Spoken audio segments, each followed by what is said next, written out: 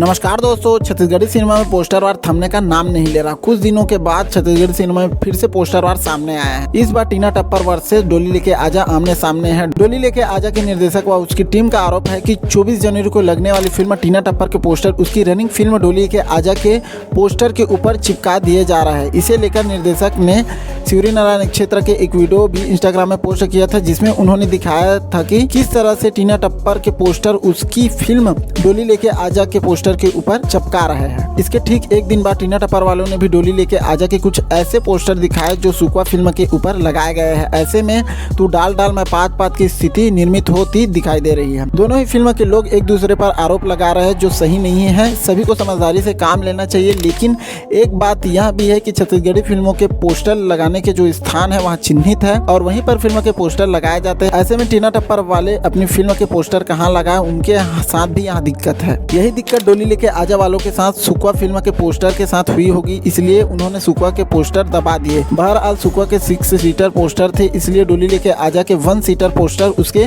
कुछ ही भाग दबा पाए। लेकिन डोली लेके आजा के 1 सीटर पोस्टर पर टीना टप्पर के 1 सीटर पोस्टर पूरी तरह छा गए। डोली लेके आजा की टीम के द्वारा लगाए गए आरोपों से टीना टप्पर को अच्छी खासी पब्लिसिटी मिलने लगी है, जो फिल्म के लिए अच्छा संकेत है। अब देखना यह है कि छत्तीसगढ़ी सिनेमा में चल रहे पोस्टर वार कब खत्म होगा और कौन खत्म करता है, यहाँ तो आने वाला वक्त ही बताएगा। तो उम्मीद करता हूँ यहाँ छोटी सी वीडियो आप लोगों को अच्छी लगी होगी तो अपने दोस्तों के साथ शेयर करना बिल्कुल मत भूलिएगा। कमेंट के माध्यम से बताइएगा कि आप लोग किशन सेन की डोली लेके आजा देखने वाले हो कि अमलेश नागेश की टीना टप्पर देखने के लिए सिनेमा घर में जाओगे। तो मिलता है ऐसे कुछ नए वीडियो के साथ, तब तक के लिए अपना ख्याल रखिए। जय हिंद, जय भारत, जय छत्तीसगढ़।